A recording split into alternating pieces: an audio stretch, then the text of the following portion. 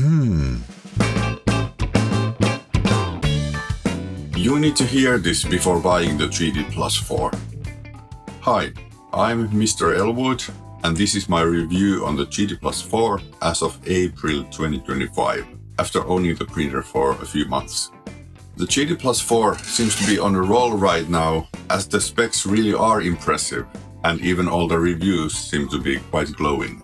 So, what do I have worth saying that deserves your attention? My personal experience of buying the Plus 4 and using it for a few months. Or at least trying to. Hear me out.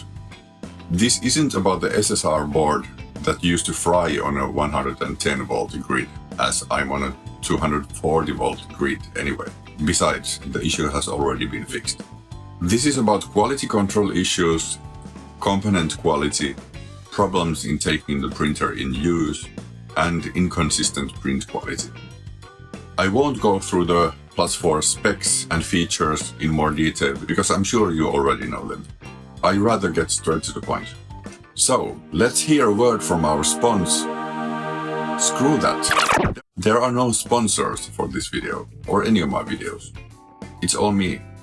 Zero money, goods or services switch hands, and I get zero revenue even from YouTube.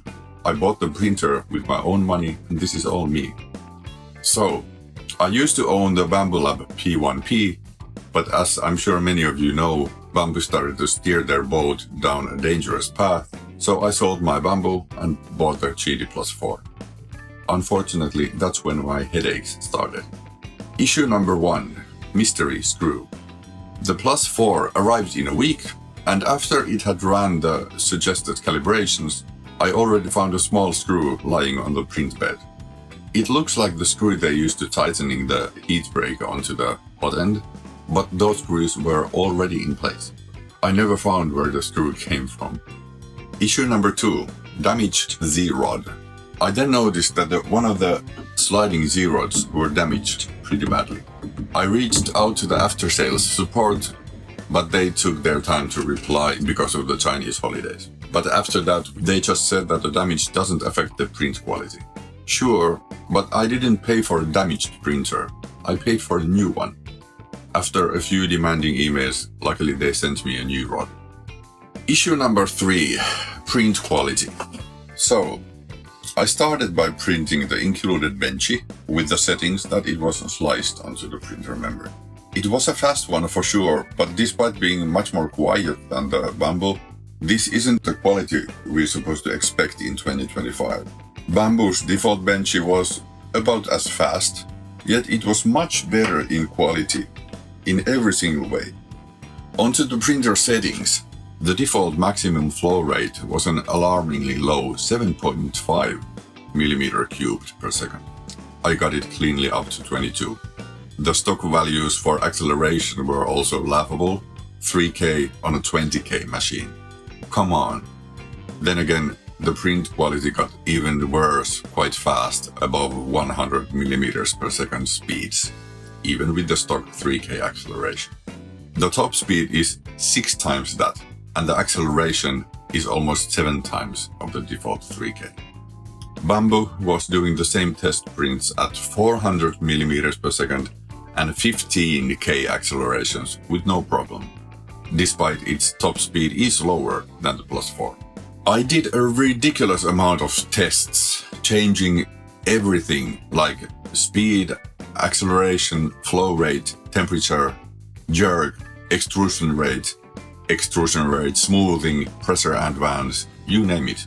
Layer adhesion was still poor, and the print quality, especially on overhangs, was horrible.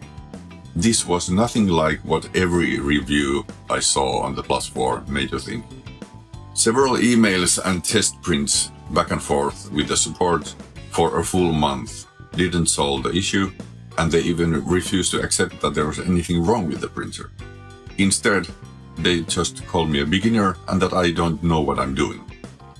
I have designed over 100 models and been printing for 4 years pretty actively. So thanks, Qidi. I said to them that I will be disputing the payment if they don't replace my printer, until I finally solved the issue on my own. I noticed a black build-up on the lower X-axis rod. Since Qidi reminds you to lube the rod even on a sticker at the back of the chamber, I cleaned up the rod with a rubbing alcohol and oiled it with a light sewing machine oil.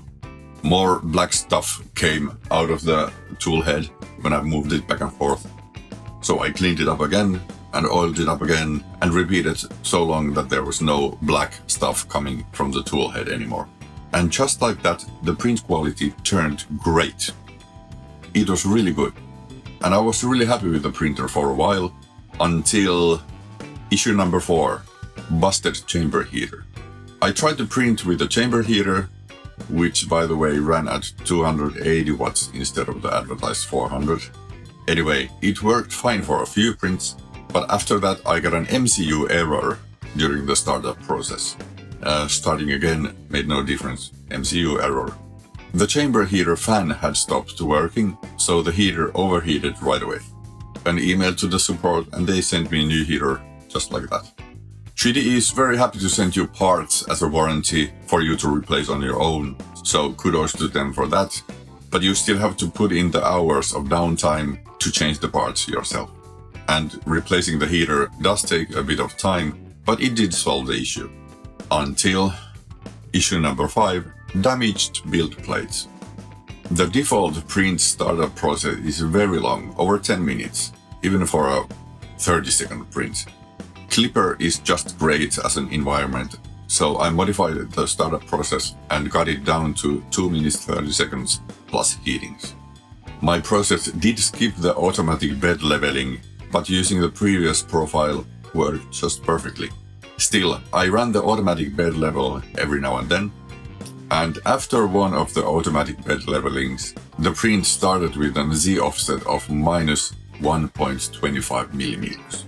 So that's how deep the nozzle tried to dig into the build plate, damaging the build plate quite badly. After a few more calibrations, the offset was suddenly plus 1.25 millimeters.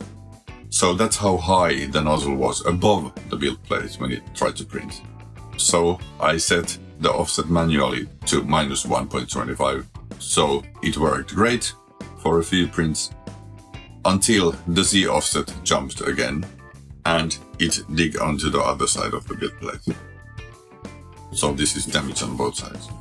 They sent me new bed sensors that I'm still waiting for, but I was able to find information that the new sensors won't fix the issue, since they just can't handle the higher temperatures. Regular PLA is fine at like 55 Celsius bed, and even some PETG can be fine at 70 C. But going any further than that, the Z offset gets all messed up. It seems that the only choice to fix the issue is to buy a third-party Z probe, like the cartographer for $35 and the beacon for like $110. So that's the way I have to go. Until then, I've got myself a PLA printer. Until something else goes wrong. Conclusions. When the Plus 4 works well, it really does make great prints, maybe even better than the Bamboo. But you can't rely on this to work well, and you need to prepare to replace all kinds of parts yourself. And you can't print with high temp materials, which is what this is advertised for. So, at this point, in early April 2025, the Qidi Plus 4 is not worth buying.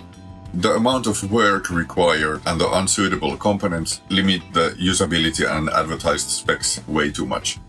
Unfortunately, there isn't a printer with the similar specs in the same price range, so you either have to figure out which features you can live out with, or wait for who knows how long for Qidi to fix the issues on this one. Qidi Reddit and Discord channels are full of really helpful people, and I guess they are the places where you can find out when the Plus 4 has finally been fixed to be worth buying. Until then, save yourself from the headache. Unfortunately, that's my take and experience on the Qidi Plus 4. Hopefully you found this video helpful. See you on the next one. Thanks for watching, and bye.